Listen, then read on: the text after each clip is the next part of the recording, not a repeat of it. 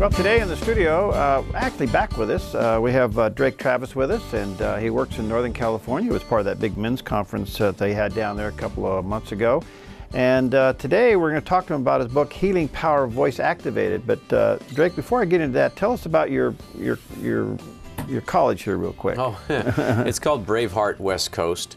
And I'm inspired by that movie that came out, 17, 18 years ago about a nation that's oppressed. And these people realize, until we rise up, we're going to continue to get squashed. Yeah. And I'd like to see the church rise up, take command, be completely kingdom-minded, biblical, focused, forward, energized, and reaching the rest of the countries on earth. And so that's what we do. We take young men for, 6-week sessions, 40 days, 40 nights, and then a week of rest, 6 weeks, week of rest, and the final 6 weeks. So in 20 weeks, we take them through all the essentials that they need to do to be a completely functional, I call them front row Christians. The guys like to sit in the back of church and do this, fully involved and ready to, go anywhere and basically do anything. So if anybody wants any more about it, braveheartwestcoast.org. .org, yeah. Okay, check it out. Yeah. Well, I want to talk to you about your book, Healing Power, Voice Activated. Discover today how your words bless, heal, and restore. Why did you take this topic on? Well, I've been very intrigued with it. When I was 8 years old, my father, Dad read to me every morning, all of us kids, about the man lowered down through the roof, Luke 5. And he stopped and he said, because, your sins are forgiven, I say to you, rise and walk, go, whatever. And the guy stands up, lameness is gone. And my dad stopped and he said, kids. I remember freezing. I'm 8 years old. I froze. He said, kids. Yeah. He said, this story is real. Wow. And that was one of those moments of childhood. And I find myself, as my college work, I went to Simpson, it's in Reading now, and as I did grad work on the East Coast, as time unfolded, I found myself continually gravitating to this story.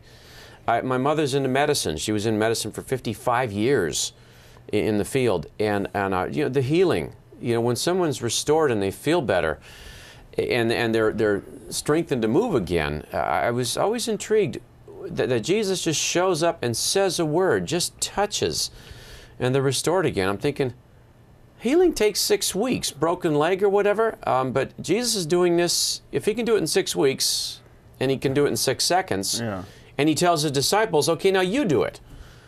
I'm thinking, hey, he's talking to me. Yeah. My goodness, he's talking to us. He just gave us these orders. He gave us this power to do this, and it's the greatest evangelistic tool there is. You take someone's pain away, they're like, okay, now what does God want me to? Thank you. Yeah. And I've been in 57 countries, and it's happening more overseas because they're less distracted than we are. Right. You find a Christian that has a Bible and a cooking pot in a hut. He's reading his Bible 6 hours a day. Yeah. Right. We've got devotionals, 3 minutes with God. Oh, brother. Yeah. So, have you experienced this? Speaking the healing? Yeah. I have seen and been involved in everything that you see in the Bible, except I haven't seen the raising of the dead. And not where I've been there. Right. I've been present. But, last year I just read an email from a reliable source. There were worldwide 700 plus reported raised from the dead last year in 2011. And it's happening. Does God not have, is death stronger than God? No.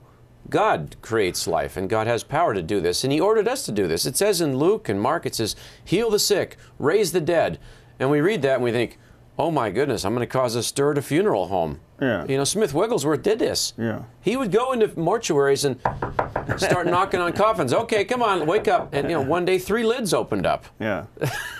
So, we have seen big ministries, healing ministries, and yet even then sometimes they get criticized. But you're making it real simple here. It's very simple. It's God spoke and planets took their place. Right. God spoke, and Lazarus came forth. How does a dead man hear? He's dead, he can't hear. But his word has power over molecules. Kind of a big thing. High-end concept here, but it's true. And he told his disciples, okay, I want you to do this now. And they come back after, I call them internships, Luke 9 and Luke 10. They come back and they're, Jesus, your name really has power. Right. You know, and he's yeah, I told you, you know.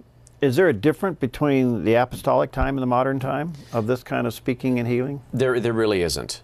And there is more healing going on now than in the book of Acts. Now we have this creed. Well, it died with the apostles. That creed was invented in the late 1800s. And it's very interesting to me that that creed was brought up, you know, as a comfort to people who feel failure in the healing ministry. It was brought up as a comfort to them. And that creed was put on paper, shall we say, at the same time that all the classic cults that we see in America took root. So it's not a biblical view that, oh, it died with the apostles. Well, what else died with the apostles? Did sanctification die with the apostles? Did salvation, you know, change? You know, I am the Lord God Almighty. I don't change. Yeah. His agenda in Genesis, his agenda in Exodus, and we see healing all over the place. All right, you made a statement at the beginning of our time together. By the way, folks, I want to let you know we have some of these books we're going to give away, and I'll tell you, so be listening. It's called Healing Power, Voice Activated. Discover today how your words bless, heal, and restore. There's a picture up there on the screen, and we're going to give some of these away coming up in just a few months. I got a whole stack. Thank you. Oh, you are Thank very you, welcome. for making those available to us. You said something at the beginning was kind of interesting. You made a link between evangelism and healing. Do they go hand in hand? Oh, yeah. You see it more overseas, where there's less commercialization of Christianity and there's less, you know, a heritage of arguing, theological arguments. Jesus used evangelism, used healing to do evangelism. That's how he drew these crowds. Said he fed the 5,000. There were way more than 5,000 people there. There were times when there were, you know, I've been in these arenas, natural arenas in Israel, and there were tens of thousands of people there. And it says, and he healed them all. I chart the New Testament healings, all of them, in this book. And you look for the word all, and he healed them all. How many people were there? Yeah. You know, Oakland Coliseum packed, and he healed them all. Jesus didn't get tired. His batteries never ran low. You know, the flesh is weak, the spirit is willing. You know, it says he got tired, but Jesus, like, oh man, I can only do 3 more dysenteries, and I'm out of energy. No, his healing is limitless. What do you say when God doesn't heal?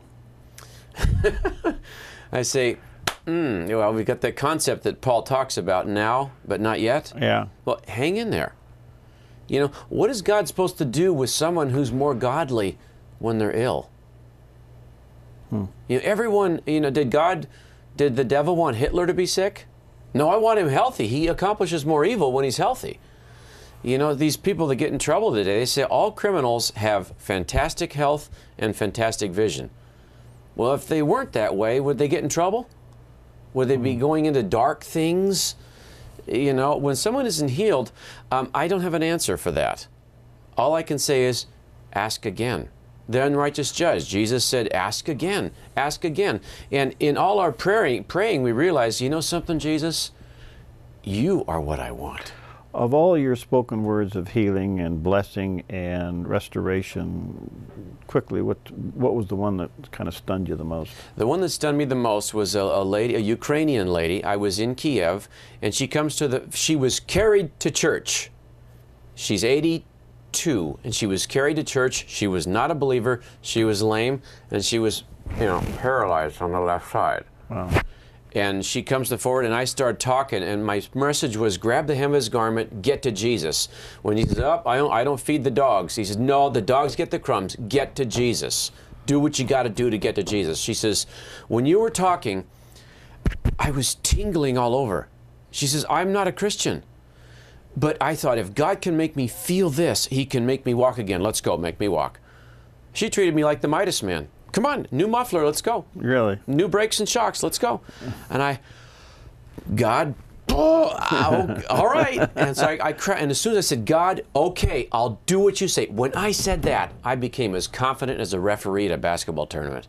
I crouched down. I said, all right, God, let's go. I said, stroke, you're out. I said, stroke, you're over with. I said, legs, let's go. I said, ankles, you're strong now. She says, well, my knees. I said, well, God will give you new knees.